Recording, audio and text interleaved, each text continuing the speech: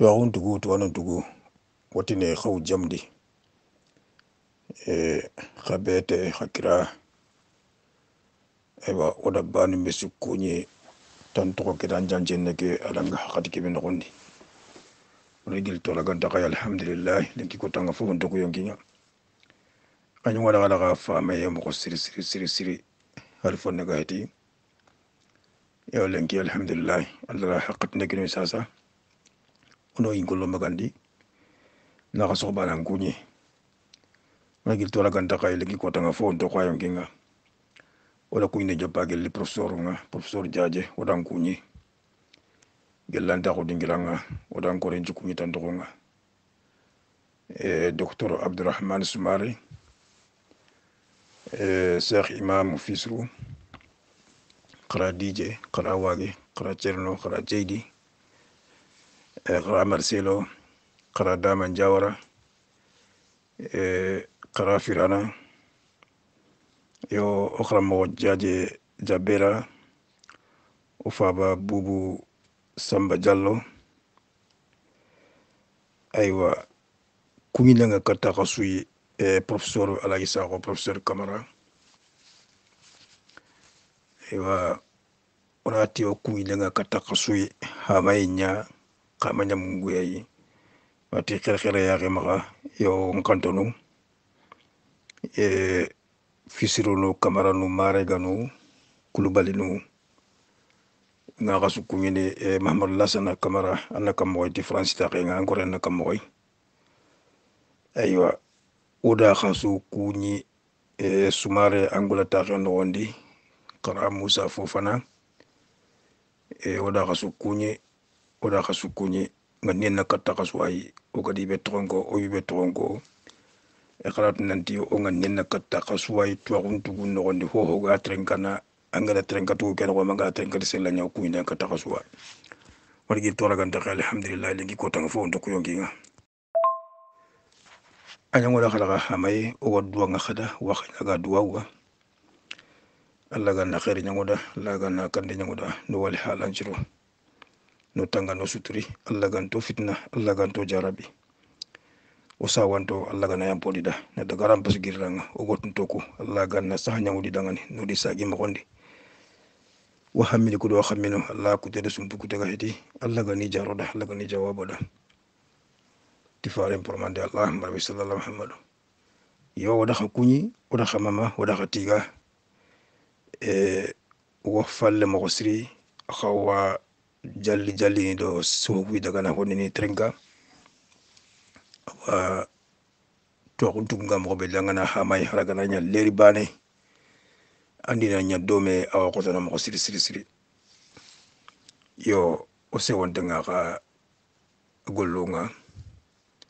axa durxotoyenga tugun kamma o yaxenga wa trenkana fone dagana wo famida xabatten xaye xa xaranko beñeno kumaxa keñen sigi oga tugu ke noxonde wona ñe xaranga do o xaramoxodu battenga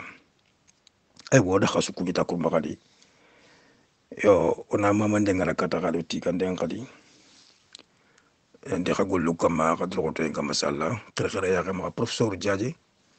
yo ndam mama nan tiga ken kota ndan trenka a ñingada tirindelondi awa tugu noxondi yo anda jabe ngara kattinga anda mundu amma a wari finani keta ibetiragana jabe kita kamma araway jabindini nuwari wodan mama wodan tiga woda tuguncu mama tan toxonga tugunci tiga tan toxonga salla woname xa droxoto ke waxatigana kamma kebe o suga amurunu udu dangani o soningaxo xatambinnaxunga wa kibera burulu kenni wona taqidira kebe o gatini gellolanke bire mu haqqilenga bire kitana ɓeɗi kibire halle ma ñangolangani jamudo xeeriya salla yo woda xa terenka awa figabe ke woda figabe terenka orantatini sasa kogora ko moxo ɓeɗi o tilleri bayanga dangangata twaxuntugun noxondi andina dome awa xotona moxo siri yo sakato ku xalle mbagaña keta kotan ko diede hay kata ko edo walengi o ko haro yimbe bone na ka kunya de ka jambal koti kenya o yimbe lo julu nyata na kat so ko na kadangani ewa o da ka trinka higabe ewa o wa o khram mo nu kameti ma kamara mu ketake o isu kunyini o ma tobo tugudio e o keta wa 22 ko tugunga lengi awanya kabila gabe nga goti kabila gabe nga mana kai ona do mana kai tuakunci hanga boyendo dinanci hanga boyenga ona do ken kabila ko on do kabila ko be gani nanti jammu kabila ko ma nation nga kabila ko on ken battenga o ken gabo sasa tugun no gonde o wada ka battenga daga na o waka trinka na fonde daga na yo ame wari tanni oro wona kello diga munno no gondi wa agran daga wona basi wucanga lato angana hama dingiranga anga ko bonus tren kala ndakar no hosagandi basi wucalla to ndangani yo wona ora kello fono no gondi tanni kunni kandino gai wada awa okra mo no trenka ona joppa okra mo no kamare munga yo ida kameting to warenko ida kameting to warenga ida amakon ko danga tugun no gondi siri higa be ga akaji kameting maga aga bogu mana ini son wa islami ngala wutu ma jifu ngala wutu agare idina no gondi ana ni kenni kameting nya dinan no gondi ko da higa be trenga halle ida video yogo yankandi nanti ken video awo kenya na ko kametu kirsanga ka adiga munu francais kan nyari ketan takatu kenyu go gani xanne be sire yimbe xana mba ma kanda trenga ke adiga munu francais kan nyani gondi ana fam yo kita ko mo ko wanta francais mo ko oranta fami kita na kama sire kita kenyu me go da hondi itia awo sirani atu den sire kameti ke dinan no gondi yo da trenga ne ke dinara yo ga makibe fahamu una rokata awa kameti no kirsunga mana ituano kwa gelliga nakatu magawase kinoi odi trenka kenyo makadina no gondi kenyo makawdina no gondi kenyo makawdina no gondi kha on takatu ikunga dina ke pratique ni mo be sasa aga pratique ni mo be sasa kundu ba banu bis maka ken kotani yonke ntindi ndempo hana nyane kenga kata kameti ni kusuronga dina ke na pratique ni kama sasa tindi ni hilandi be ke makati ya ndega ni kameti ni kuwa to hengi na nga hata ngi na nga iso no gondi so ku be nga kinyere sasa kundu ako jama bane hete kai ka jama ntakan den na mani men ni tindi ken kai tindi ni sikandi be ga no ngani kagani ko ke bugande kagate ay ni kameti ni kirsenga ana mane khandam be konno so ni ngi ni ba mana may khandam be konno maka kim fahamu parce que c'est suma diga makam maken ma gelere se diga makam magge mo kengo jongo nyani ngara trenka yo nati nakatandi gella ganani ni soni ngega heti igo kei kindi soni ngonga isigira na kammo kameta ko keno gondi isigira ana kammo yi kameta ko no gondi parce que kibe wala bugan sasa ganani soni ngega heti kindi soni ngongunga kanchigira ni magas kameta ko keno gondi amma ganya ogar ni bugu koma wodi oga telle katta koma ko khadi parce que agana sirenya ngane kala ngatu ken kandiga metanai o munda o hatam binu onanyi o kabila nga mananyi onanyi o la dalunga o khillu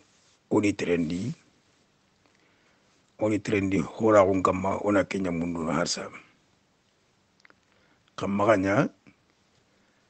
annan bugu komaxudi na yilligana komaxudi yo kendiga menga landa la xakumbe gani o xaramoxono a xala ke nguretunu bawo kende a ñimme watu katta anga bugunuxu be a loxonta ñambugunungani angana aro dingirayi angatu ken be yingirlen taxañina maxa ken noxondi antanga tele komaxutana wutu xadi yo kenga awa kendiga menga ɓeñene kuwane xa keta xara wo tundini hinani o biccaga komaxun caqodu kamma hinani watu da xa kuñi wala xa mama xadiroxotu ndaxunga sittin kamma wala xa battenga salla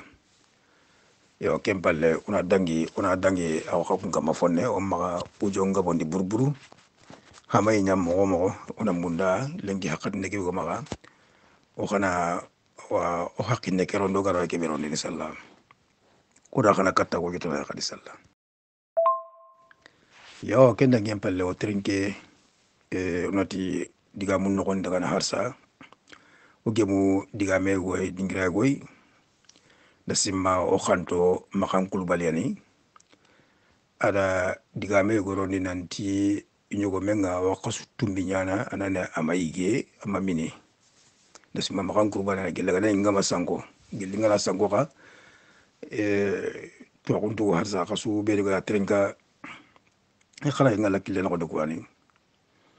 yo gella gana ñini maxan kurba keta ma seritar be gani keta angana soku trenka bo ngambunda na fahame kete ken noxondi sige ge toxunde ke a keɓe kamma ñogo menga ana xaso ñana ken xani haqati ñeneni haqati jufeti inati mullen noxondi ñogo men na xaso ñana anayini ama yigi ama mini tewoye noxondi ana koyu filla ñana anayi ama yigi ama mini parce que aga wala kuñana condition ni yogonanama kamma ali halani yogonana kamma kuñana demana aga katunu kinŋucce ñana awa anayini ama mini ama yige ñogontuwano nge simma xa kumbelenga taxunu murutani ma murutani karontaxanonga xokunga ñogomentu ngebe ha digamunu kunu ñogomenga nda wari komi gatini gundu honu ku yamarna dingalu benu yakana xam badama ñogomengari awa sellanga nayini o gatini ko karano ma murutano marantenga awa soro maxa moɓene badama wari kundunga yo xa nda fonne xara a foy ku noxon dagana komi ngadi gidi digamu sasakunu ngata awa watu mullen noxonde awa xaso ñana ana ma yigi ama mini tewoy noxonde awa koy filli ñana ana ma yigi ama mini yo xa xa sutumi manke make mugu ke anin taxananga ke an cigi ngatin na trini de kerondi gundawo jotana gulu kata na trini de kerondi gulani agana ila gana xa sutumi ñana xasu kutumi noxondi kan condition a sikki aga ke ñana anda faamu komi ndakora xarangani nti agana yimbule noxondi condition ni yogonana kamma aga dunke ndabarni la fonne ko kun condition kamma anda fama antene anta gabono ko aga mega ko mo be nanti allah ti xama fay ni kata ñogo menga ba wiga taga mo be di ku ngawa fino honu ko ni ma honu nya gona yi kubenu ga gundu honon xaranga ko professeur ngala ko mo be ha gundu honon xaranga ngina fonne xare no daga na yi maga har say kitabu ngi maga siri anda faamu angi fonni daga na tage honu ngadi kawa fi nyene angani fin xara anga dutay anga dunanti kawa fi nyene ñogo men na kunyu ko no gondi ay to kunyu ko men male gani anda faamu bo onati mari xanci gi aga katunu dumarana makatunu dullendo daqqumbu yene qaso haqqe mulen no gondi bo ñogo menga mari xani ke nga kenni fimbu gara kende barni o ku fimpe nga oga kibi himpana hangi kibi oga himpana agaru no ono gonde aga bakka aganari hanke kimbulle nganaro kunu kunne no gondi rabisa ki no gonga unu kunne ke no gondi al halala no ngana hanke kilgana na ilan kupa abitiga dan kata furtunga kinne fanke ke teyin kine furtunga ada fam parce que o ku furtunga amalahi homulay fote gana fomul gana ke yasu ano jangirana kinyeni ya na hanki ki a tewndina hina maga kinyo onu o hoyenga na tewo bila kinye sirai kimbira dangi kata furtunga maga hayna dandan ke awa yonki segende de a wucine na ganga kundo aga jiwo hanki ni be kala ko ne ko de ita bisi am burtu ke na tewo en kinye rembanga yo gona kawon tinjo ko menga Allah taga no gona hada men kala taga no gona ko gani bawanga jiwo angana mpimpe ke angata nga segeni na ankana nga jiwo annu gonne ke hanki kibiga dangi tay abitaki ne an purtunga kene al hanki tewndi na ke andi sigire be ganka ke nay agan toran ke na hurtunga yo nyogo men kallenga akenga antanya na kundunga kenyeni himbo hananga hinani nyogo men kallenga obici gara atawni na kenta tawni ne fangi kibiga ni kata kenga akinna murundinia ana murundini na murundi ta degrin tille ma agan kinye tan nakati do digere bane amuro en bakay alaga na maga kinye tan nakati digere bane muroe nga daga anda fam kenya njigi nyogo men no nga amuro nga na kinye kinga awa wuce nyana mulle no gondi alama hataji ina jimini parce que jimmin nati tewe ngaranti furtu kwai adi kenye mala khana nyana ige nga aga wuce nyana khala gante igene parce que gore kebe fahamu khali nyogo benga itan kawa kama itan jike kilogramme an kawa kinyi na kota no gondi komi 24 heures awara ma hati 24 hawa no gondi ma tambile gel leru nati no gondi nyogo benna an kawa tanjiki kama tanjiki kilogramme an kawa kinyi gana ka angana har kilogramme bana kinai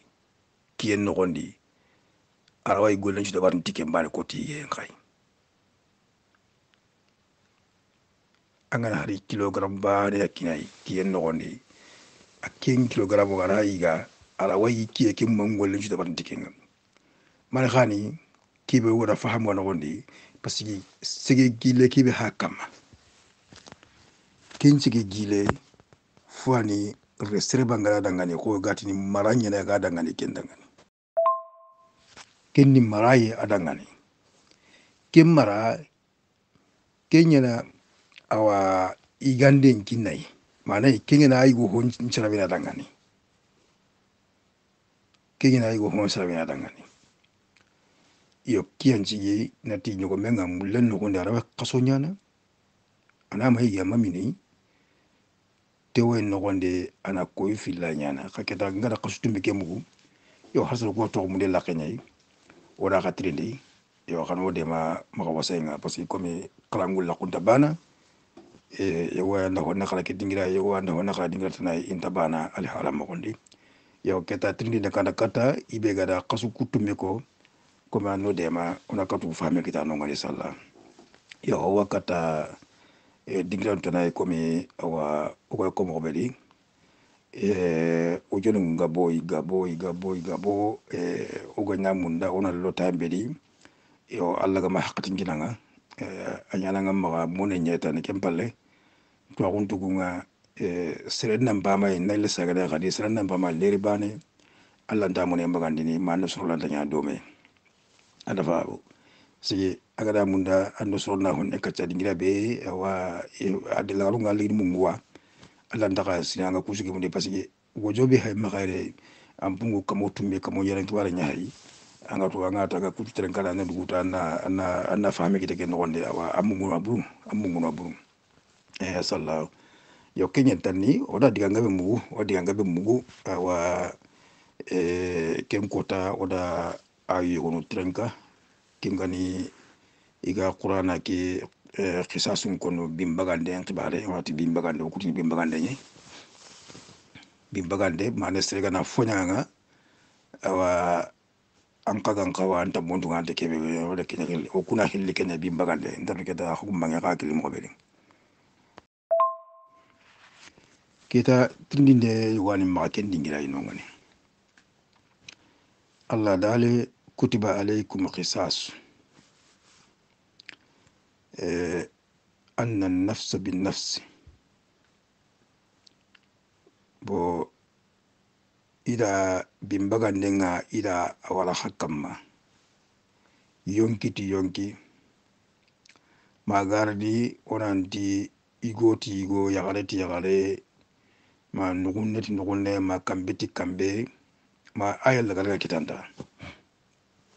ada fam yo komi qadnu nganda bala sehe mo ngada gana diga munga iwa angana tanga aidana qadita no gonde hakati yugunu sehiki afahamenga qotono ku tuambal ndangani ana fam keke mtelengon tenna kata professeur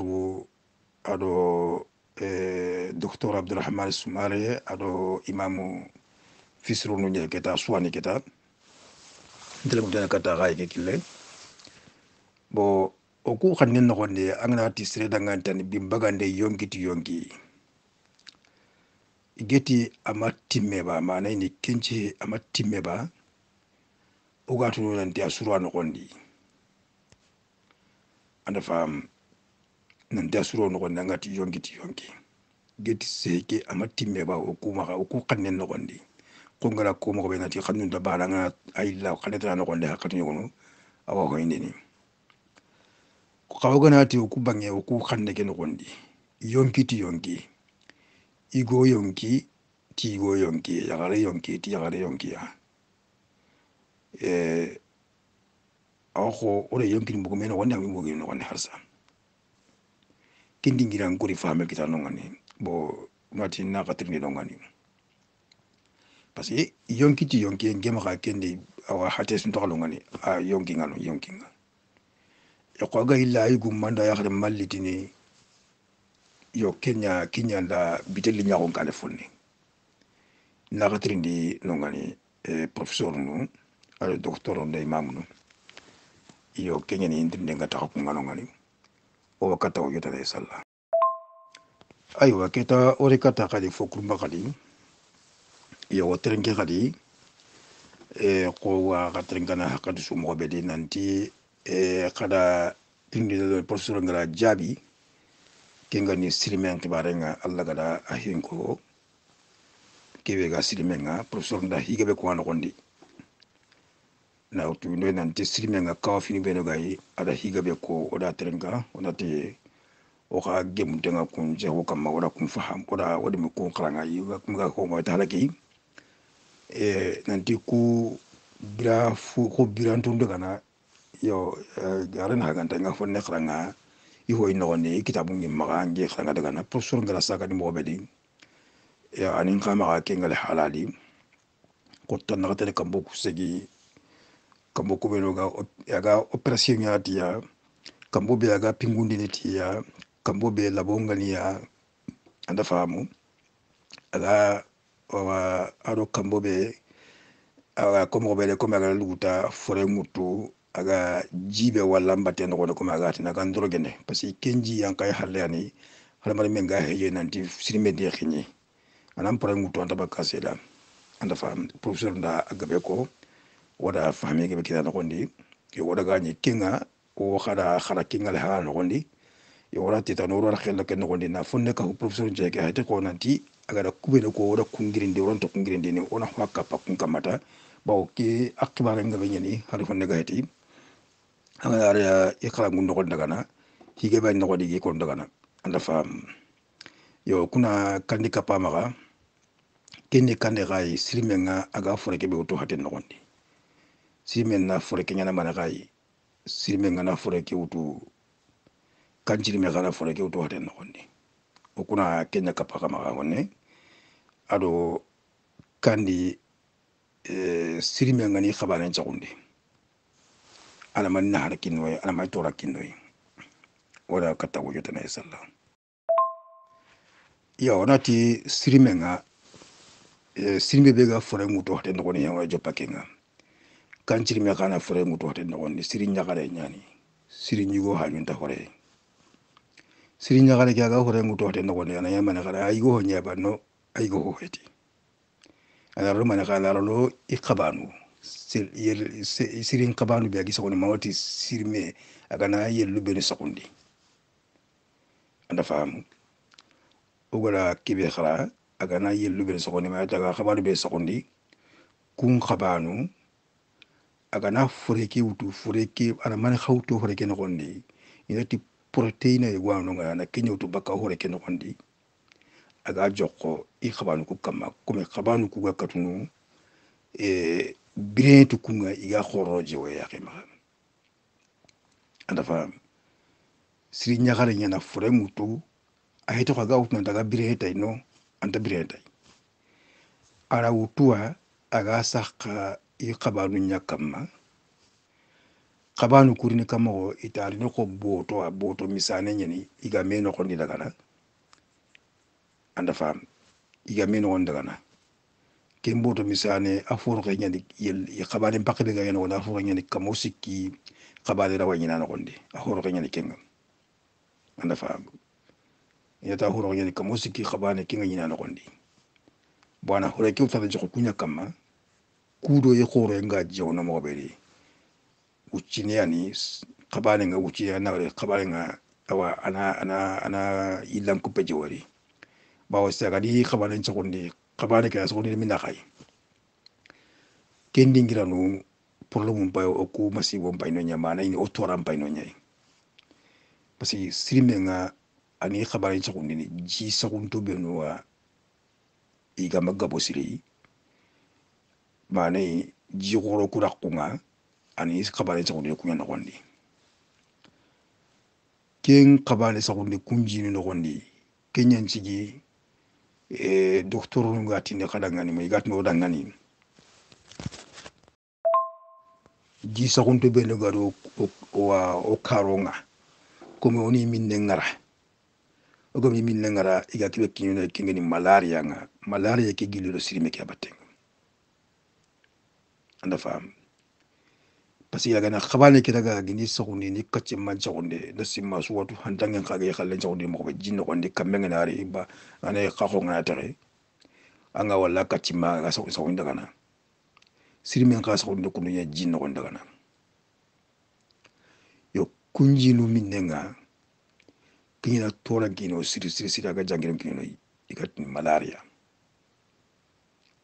anda fam kendi ngira to kitano ngane siri menga kenda barni mo bedi ko professeur ngala ko mo bedi ya giran to ku wala telescope ko nyana ku wala yi hayni aga na sakundi tana boto ken ko la laqin to ko selanye ato ko selanya na ale hala da barni ken bimbi nan tarono wure dunga abimbi nan tarono wure dunga anda fam na ken to ka bimbi naga kamo ken no gondi aga narta su ado hore ki ganare maade go hobi ganare ga ayran dini no ngani a hayran dini no nyai anda fam yo alaini ana dangi katta khabalu kwa maganai awa khabalu ko wana kare ketal labbu ko wana ko leketa kembire ya hay go nyertini aga walla lo ko dino ngani anda fam mi ga kinyi haqqi ko mo sugatu ho birantengi ngana bugo khabana no manga jida nga hakat nyana ke kibe angal da dude ngene manga na honne nya kinga ata nakatu dude ngene kempa de suga ki kambi hakati be igu cinne kene i koto inaro kambi no ndi anda fam yo kendingira yi inati fahmi kitet no ngani kubenu ga qinine jimuray yati da wala kiti maga angana qinana krosi tubo yogo ani mama nay akor yogo ani maga ma jinnu ko lemme wani maga garnu da qen nogondi kenga iga nyenge gala komi iga himpende daga iti teknologi mente male ni teknologi yanga ida kengutu sirime nyai anda fam sirime yanda kengal hala koy wa tuwano nga na ke mo dabari mai ganya na keta igena ken nugulemma hore nugulemma ke isage komi serenga tumi na nyanka wure dunga mo bedi isaga nyana gasimpo e manga halle anda fam gasimboli manga halle ya taw kenga ana ini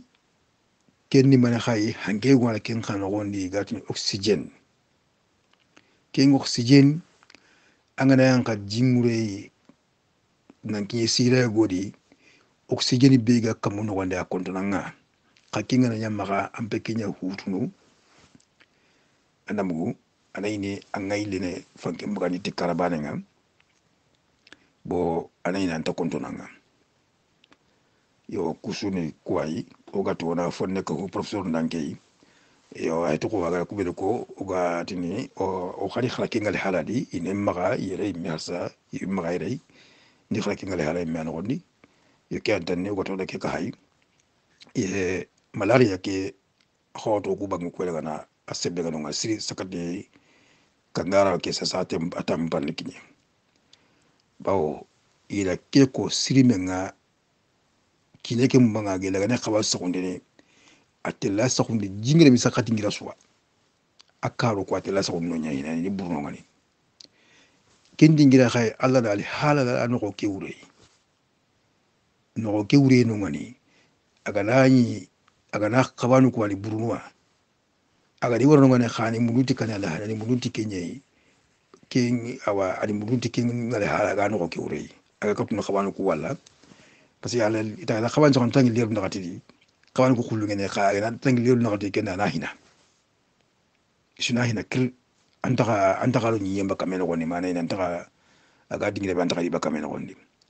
kada to kinga pare ga no ke wure aga yata ne khaban ko agi mu mo sirani mu dikke nyaagi wala tikenye yo ken wati wollo kata kay pona ha may mbagandi ha may nyango da khala ka mo siri yo o waxa terengana fonne yo rantatini o ko ko mo bede khaga digam kisu dangendi ono la khilla la khabatanga oranda adaga ni parce que haqqata no wa